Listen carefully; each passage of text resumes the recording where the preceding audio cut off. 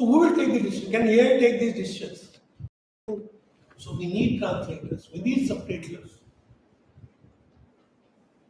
But when there are already accepted, Sari is accepted, Pandit is accepted, Guru is accepted, we can use it.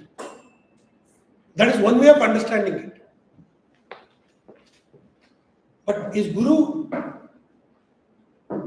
the meaning of Guru is what there in the dictionary? I don't think so. In Kannada we say, "Yen Guru kaapya aita?" What does it mean? I do. It's more in the sense of I do. So you don't look at the dictionary and translate Guru there. So Guru is not teacher or somebody whom you hold in high reverence. There the Guru is I do. So dictionaries should not help. But AI and other things operate on dictionaries. But plus collocation also. It also knows that one same word can have different meanings in which along with which other words it takes that meaning. So that knowledge AI has. So it can look at the collocation, what are the other words before that and after that, and then get the right meaning. But in spite of that, it cannot match up to our intelligence. So you can take the help of these technologies that is available, but you need to edit them, post edit. Especially in subtitling, that is the case. Generally, I used to ask our students earlier to translate Wikipedia page from one language into another.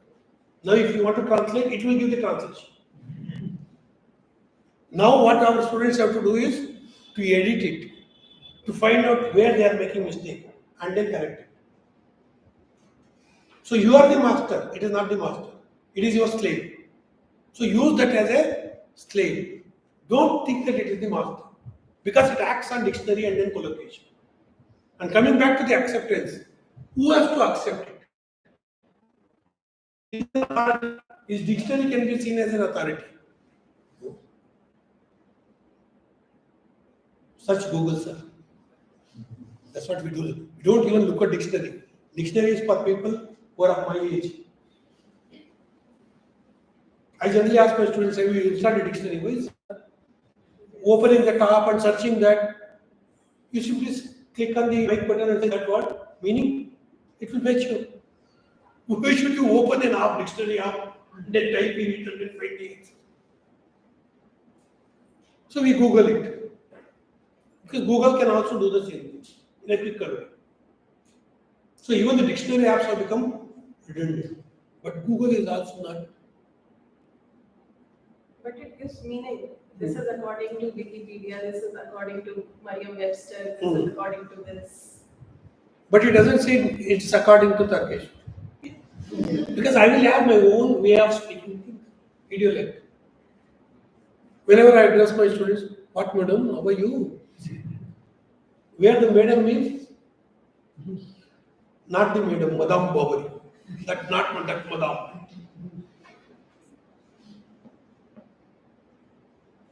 Here more in the sense of not respect also. More in the sense of Sarcasm. that's what you understand. It is not actually sarcasm. I'm not sarcastic when I say what madam. It shows a kind of intimacy that I'm not looking down upon you as a student. But these people don't take that. They think sarcasm is calling me madam.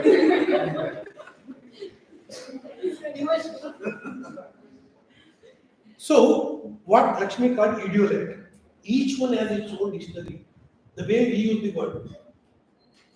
So, people who are familiar, they will know. Even people who are familiar will not know the meaning when I use the word madam. So, how do you translate these idiolects? Machine cannot do it. Idiolect, dialect, sociolect. Because if you are translating, let's say from Indian language into English.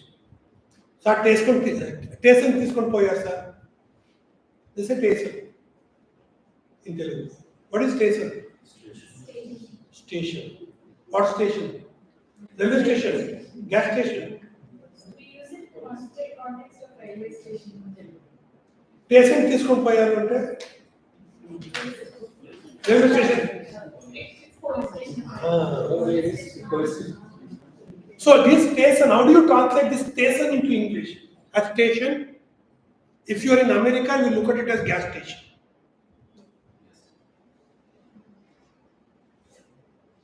In some other context, it can become railway station. So do you translate station in Telugu as police station in English? That is the semantic meaning and also pragmatic meaning. But it is not simply semantic and pragmatic that is playing a role there. In the narrative, when I use the word station in Telugu, station also indicates my education and social level. That I am not educated. I am using English word in a particular way. How do you translate that? Because that is important to which social strata, educational strata this character belongs to. So how do you communicate that in English? If you translate station into police station. So what role it plays, not simply in the context, but in the entire narrative. That is important. Not simply a collocation, not simply dictionary meaning, not even pragmatic meaning. Pragmatic meaning will be police station, you translate it as police station. But it's not that meaning. The meaning is this character belongs to this social category, or the education level of this character is this. That is the function it is performing here. So how do you translate that? Is the question that is in front of us. It's subtitling. And we might say subtitling is a new thing. No. Now let me go back to the history now. Rosetta Stone. I don't know how many of you have heard about it. Rosetta Stone, 2nd century BC in Egypt. It is there in 3 paragraphs of there. 2 are in the same language, Old Egyptian language. The third one is in ancient Greek. First two are in the ancient language, but the script is different. Because this one-to-one correspondence between language and script did not exist earlier. The language could be written in any script. Like in India, Tamil and Malayalam, they both used the same script once upon a time, called Otteluttu. Today, say no, Malayalam script is different, Tamil script is different. They use the same script called Otteluttu. Devanagari. Many languages in India use the same script, Devanagari. Because earlier those languages were scriptless languages. Now again in the same context you are using different languages. You are typing. But you don't know how to type in Malayalam. You don't know how to type in Odia. You type it in Roman script and send it. R-A-O क्या? A-R-A-O क्या? K-Y. So it's Hindi but using Roman script. So similarly that used to happen there. Now this representation, visual representation of this script, how do you translate it? If it comes on the screen, it's not simply a language. In what script you are communicating might be important in the context of the narrative. Because not every time they will show the script. Some chat messages. The character is looking at it. But the chat message is important. Earlier it used to be letter. Somebody has committed a suicide and you get the suicide letter and you read it. And then there will be kind of hello there. Or somebody will narrate the entire letter as a kind of voice over. But now there will be a balloon. And then this same screenshot of the phone that you are looking at will appear there. Now, in which language it is and what script will be there in the visuals. So already there is a subtitle there to the what is there in the phone. So there is a script language that is there in the phone which the character is looking at, and there is a balloon in which what is there is given. Like in comic strip, they put a balloon and then the arrow mark. This is what is there, and then now you have to give the subtitle. If the in which script it is appearing is important, how do you show it? And if there are multiple languages used, how do you show it? Especially in India, to evoke laughter in the movies, one of the easy way of evoking laughter or creating a comic scene is misunderstand another language. Because they sound similar, so you hear that and then you understand it, and then you know the meaning the audience, but the character doesn't know, then you laugh at the character. This is a kind of stark a technique to create laughter in movies. So how do you do that when there are two languages? Because if you give a subtitle, it might get lost. Because it is in two languages, you are able to understand the comedy. So when there are two languages that appear, how do you give it? It's the same problem as I said earlier. When English word comes, the way it is used in Telugu and the meaning it has in English is different. So how do you do it? Should you translate it as station or keep it as station and put it in bracket station? In a textual translation, you can do it. In subtitle, can you give in bracket glossary? Because subtitle itself is a kind of glossary. That's what I was trying to say. Going back to Rossetti. Same message in one language, but in two scripts, and then in ancient Greek.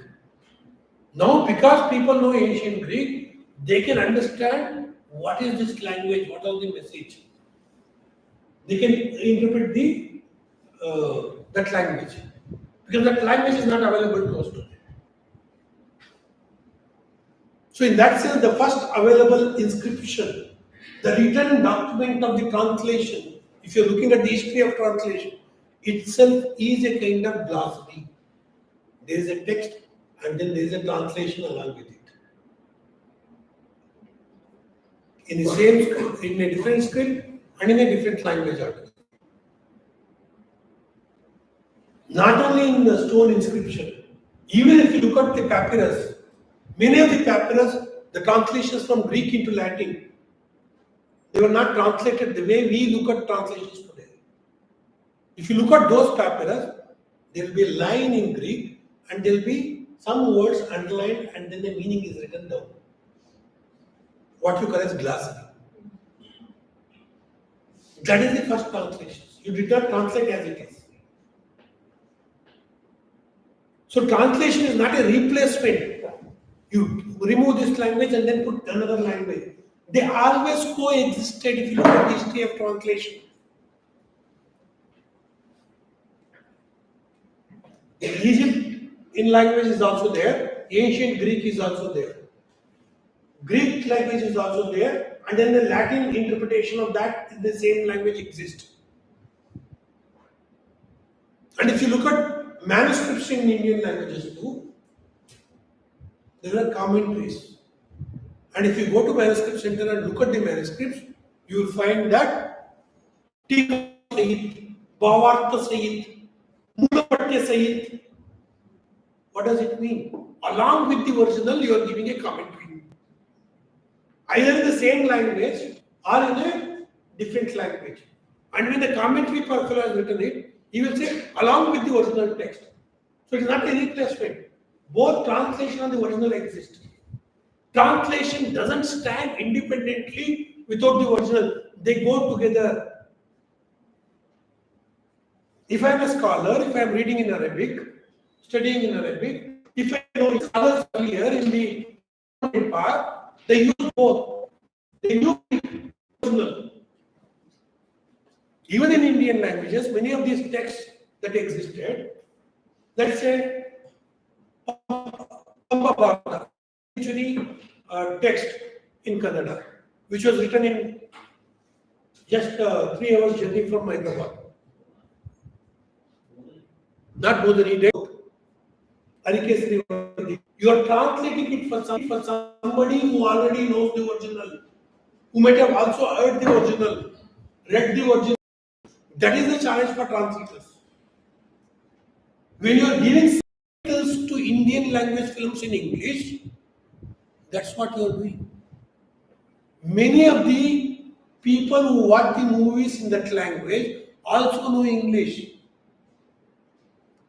Many of us, when we are watching the movies today in OTT, we not only simply look at the story, we are commenting on how bad these subtitles are. Because we know English, because we also watch Hindi movie, or because we also watch Tamil movie. I know both Tamil and English, I know both Hindi and English. So you're translating for people who already know the language. Comments on subtitles. So now the challenge to you is, don't assume like earlier translators when they are translating a text, people who don't know the original language will read it. Now people who know the original language, it also see your translation. Because now the translation is not a replacement of the original. They both go together in subtitle. The original language also they are hearing, they are also seeing the, not a replacement in the case of subtitling. It complements the original. In fact, many of our foreign language teachers advise their students to watch and also hear the language and make sense of the language and pick up the language. So it complements it. It doesn't replace it. So it is not duplicate, it is not replacement, it is not conversion. It's complementary now. In the case of subtitling. So the nature of translation here is different. That we keep in mind.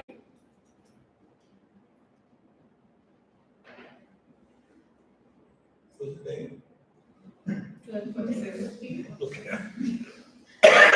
How much time I have? 7 minutes. 10 minutes. Wait up. Have a question on that. Let's see after that. After manuscripts. Original and the commentary. We don't translate word to word. Because all you can't. So where there is a music and the script.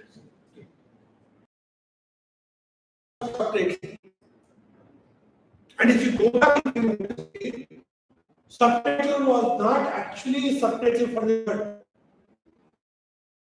When they were, before the talking came in the movies, there was only Mookie, silent movies. In the silent movies, there were no dialogues. So to connect the scenes, they used to put the intertitle. So subtitle work perform this function also, linking the two scenes together. So the function of the putting the visuals on screen has changed with mind for what purpose you are doing.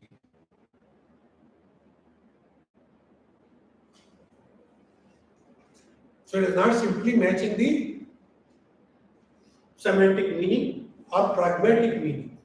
What function it is performing, for whom you are subtitling it, all these things have to come.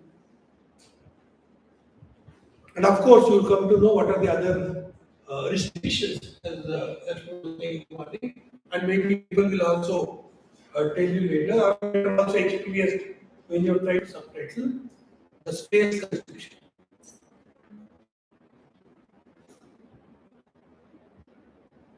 Multilingual challenge. When there is multilingualism, how do you do it? When there is a comedy, how do you do it? And the comedy depends on pun in a particular language. Can you replicate the same pun in another language? Otherwise, comedy becomes tragedy in subtitles. So,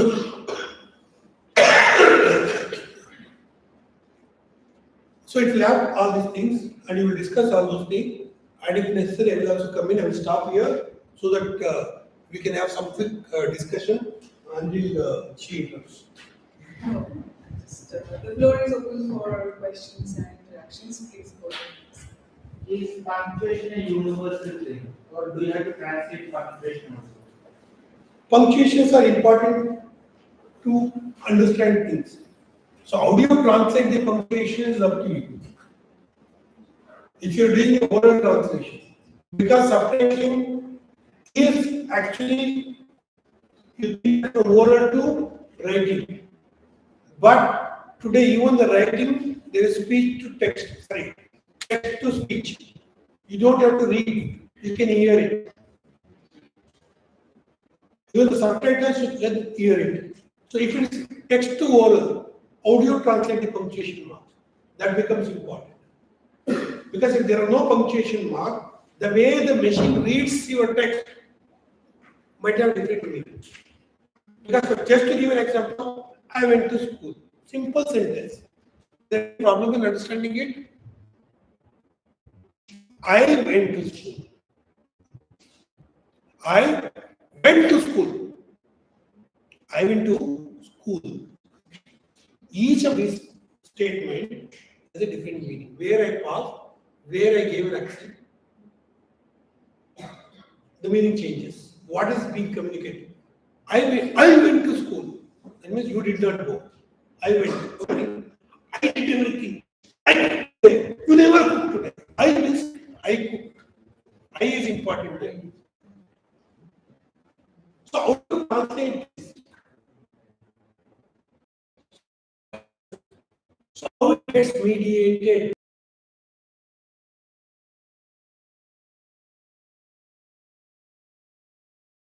What's the meaning there and what is the meaning now? At 7 years old, I just wanted to kill her on that day. It was true. I had that emotion towards her on that day. But I loved it, thinking about it. My whole experience gets transformed over a period of time. Same incident, same person, the way I look at that today is different. So when the meaning moves across time, it changes. Across space, it changes. Across language, it changes. When you see difference, responsibility that we have to take. When do you make them equivalent? All of us are human beings. One category.